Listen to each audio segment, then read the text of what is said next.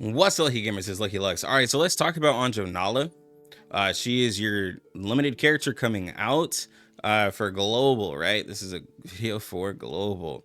She's a very strong character, especially compared to the other really strong characters, being Lucy and Windsong. She fits right up there with them in the higher tiers if you were a tier list watcher, right? One thing that makes her really special is that she's able to contract with other characters. This is very strong, especially if you have the characters that she wants to contract with, right? But let's go over her abilities and insight and everything like that real quick, right? And I'm going to summarize this to make it really simple for everybody, okay? And not to insult any players who are advanced, but I just think it's just easier if you just simplify these things, okay? So basically, she contracts with characters based off of their flatus. You have Spirit and Intellect, Beast and Plant, and then Mineral and Star. You get a little bit of stats here that are little, small, not really that great. But she gets a maximum of 12 Moxie, and the amount of Moxie needed to obtain an ultimate becomes 8. So be careful for characters who ult like first and second turn. Might not ult first and second turn if you pair them with Anjo Nala. Okay.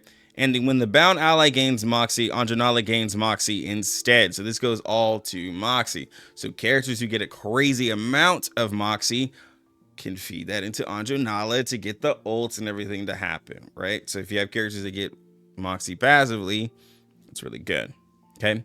Now, based off the pairing, after the bound ally manually cast an incantation, manually cast, because it took me a second to truly figure out all of this, but it cannot be any automatic casting. Nothing very many characters, because I was trying to test it, and if I would have read this, I would have known. So Windsong, no go. Okay.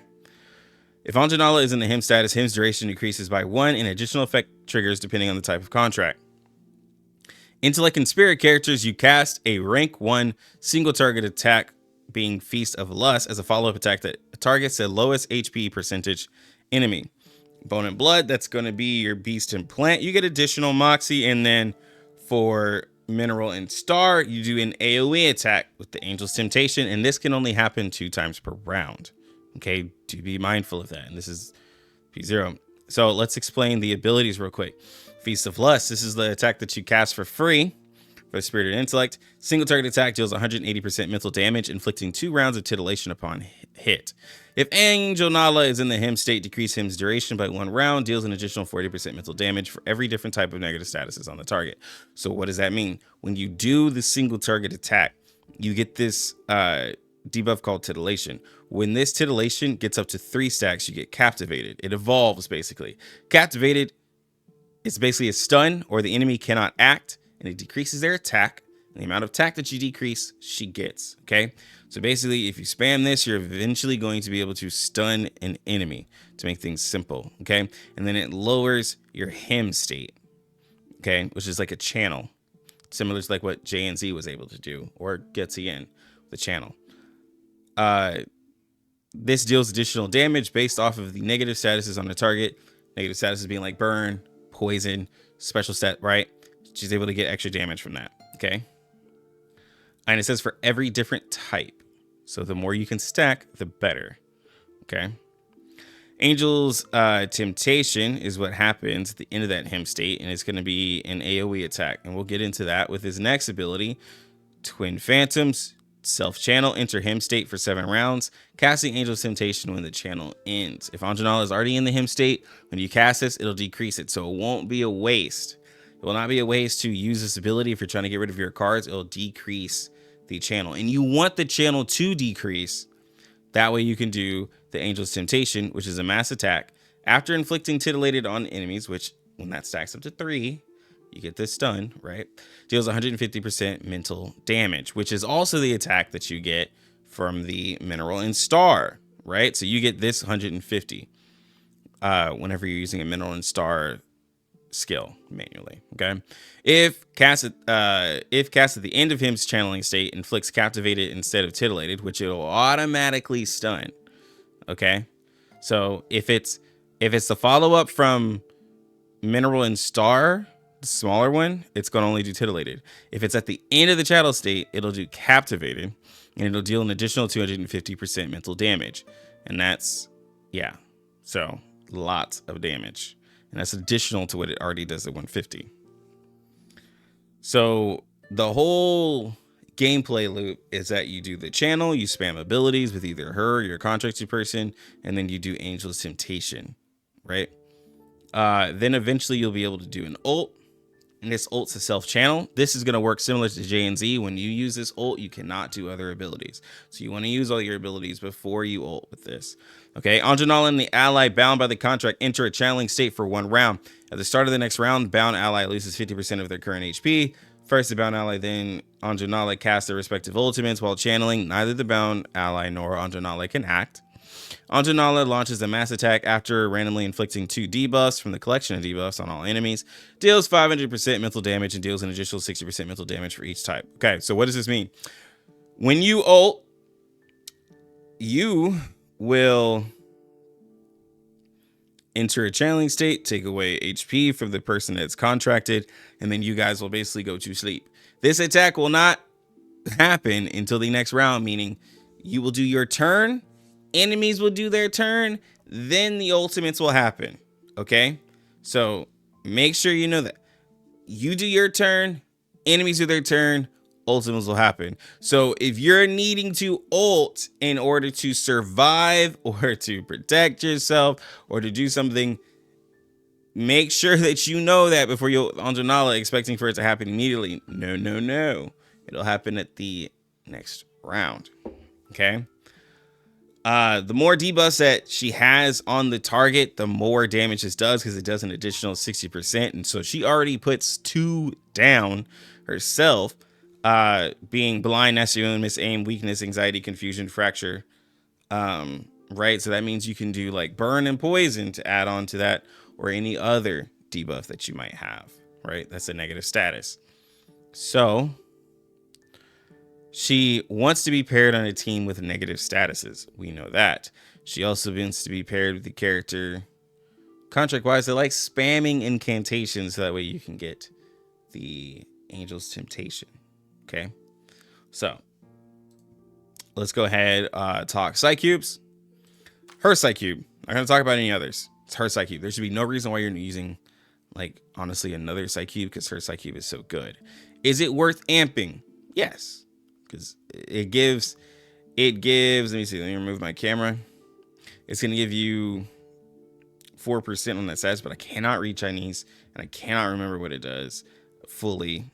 So when the carrier casts an incantation in the channel status, the carrier gains crit rate 4%, crit damage 4%. That stacks up to 4 times, so you're able to get up to 16%. When the carrier is bound to another ally, each time the bound ally casts an incantation, both get damage bonus up to 16%. Forgot that because has been a while. I just remembered it being good. At base, it's going to be 8% crit rate, 8% crit damage, and then 8% damage bonus. But I'm telling you, Anjo Nala being a limited character, you want to go ahead and just amp that up, because I would assume that you're going to be using your Anjo Nala all the time. So, and then this is going to help out the character that you're bound to. It's going to be really strong. Okay. And over time, it's just going to get stronger as you're using it. Okay. Portraits. Let's talk portraits. Okay. Keep her at P0. Keep her at P0. Just keep her at P0. Do not go for portraits. Unless you got it like that, do not go for portraits. Do not try to ruin your account by trying to max out this character and ruin yourself for future characters. Like, I'm just saying. Okay. P1, this is going to be the Angel's Temptation that you cast freely. It is now going to be at 250%, and you'll be able to do 3 in 1 turn. That is what this one does, okay? P2, this is going to up the Angel's Temptation that happens at the end of the round. It's going to go up to 375%, and then your Captivated is going to be from 10% to 15%. P3, this is going to up the base damage of your ultimate to 600%, and the scalings that you get with negative statuses are going to go up to 100%. And then the amount of moxie that you get for beast and plant is going to be 2 instead of 1. Okay, this should be your stopping point. If you are going for portraits, stop right here, please. Okay, this upgrades pretty much every part of her kit that you need. Okay, this upgrades the ult, this upgrades the beast and plant, this upgrades the star and the mineral, this upgrades the captivated and the angel sensation. Like, everything's good. Okay, if you go any further, you're just a whale. Okay, this is going to increase the stats that you get, the characters. It's going to go up to 18%. I believe it starts at 8. So they're decent. Well, no, these aren't decent. This part of the P4, I'm gonna be honest, I was trying to be nice. This is kind of a waste, like upping these stats to me. Like, I mean, it is free stats, but it's not P4 worthy. Okay, I'm just gonna be honest. This is going to say that the stats that you need to get to captivated is going to be 2 instead of 3. So that means you'll be able to stun a lot easier. And then P5, this is going to make the amount of debuffs that you put down be 4 before you ult. And then 140% is going to be the scaling from 100% at the P3. So she just basically hits really, really hard with her ult past P3. And you're able to stun a lot quicker. Okay. So let's talk best characters to... Wrong place. Let's talk best characters to pair her with, okay? And I'm going to talk from P0 perspective, okay? At P0... Beast and Plant is going to be probably the weakest one, being like the characters that you have and what it does with the additional Moxie. The additional Moxie is really good, but the characters that you pair her with don't really make it happen. It's not like you're going to ult every turn at P0 because of the way that the cards are drawn and because of the way that when you get when you get to be able to ult and you get up to 12 Moxie, because you don't have somebody like Tuesday who overflows the Moxie, you'll overflow the Moxie, and then whenever you ult, you'll be back down to 4, right? Because after you ult, 8, but you're at 12, so 12 minus 8 is 4. Sorry, math. And then so you'd have to get another 4 after ulting to do it, but you can't act after you ult. So you're not going to be able to get it to happen every turn because you can't overflow Moxie. But you know, there are characters like Spaladia, like you can do Shemaine, Melania that you can pair, but like you won't be ulting every turn. Okay, just letting you know. And then Melania, depending on how high your Melania is, and you already have a way to be like able to ult with her really quickly, it'll be a weird rotation if you throw in Anjo in that sometimes. Okay. With Plant, like you could probably make something happen with Druvis. Where's my Druvis? You can maybe make something happen with Druvis, but we all know where Druvis is at right now. And then when it comes to other characters like Buff Sotheby, is she buffed in y'all's patch? I don't think so. I don't know. It's not exactly quick or anything. So, oh, and then Marcus. So Marcus gets a lot of Moxie, but again, the way it works is that once you ult, you can't get any extra Moxie. So we tested it at P0. You cannot ult every turn with Marcus either. And Marcus already has a team. So it's not really the best pairing. Okay.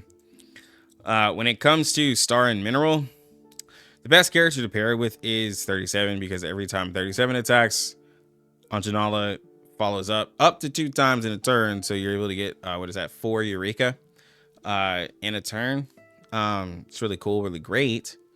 Other characters, it just doesn't feel as great because Lily would rather be paired with other characters. Eternity is Eternity. J and Z can possibly work because like you're just spamming incantations. I'd say for Mineral, J and Z is probably the best one to pair her with, but it would be who are you trying to buff in this turn by making that in this team, like trying to make that happen, because like J and Z wants a specific amount of buffs and you're not going to be able to lower the like reality defense because Anjo is mental, so it'll be a little weird.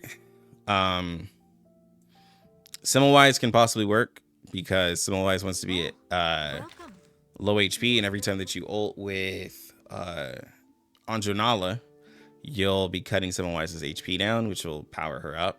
So this is a possible pairing together. You just won't be able to start off with the array as quickly because you have to, because all that Moxie going to Anjo Nala, so you'll have to probably use a little bit more than being able to ult second turn, right? You won't be able to set up as properly, but you could possibly get it to happen. My favorite pairing is Spirit and Intellect. Pair like at P0. I have showcases still on it of my P0 Anjo Nala. Pair your Anjo Nala, bro, with Mercuria, and you're able to still do Mercuria's buffs and do damage with Anjo Nala and keep Mercuria's passive stacks up really high. Do that pairing. Pairing Anjo Nala with Lucy doesn't allow for Lucy to maximize getting her ults because she now has to get a little bit more moxie. So I do not recommend this. Pairing Anjo Nala with 6 is pretty good, especially with the raid and the buffed 6 that y'all have at the time that Anjo Nala comes out. After that, 6 will be okay, but Mercuria will still be my personal favorite. But in terms of raids, if you want to do a lot of damage, Anjo Nala paired with 6 is going to be crazy because 6's buffs in that raid is crazy. Okay.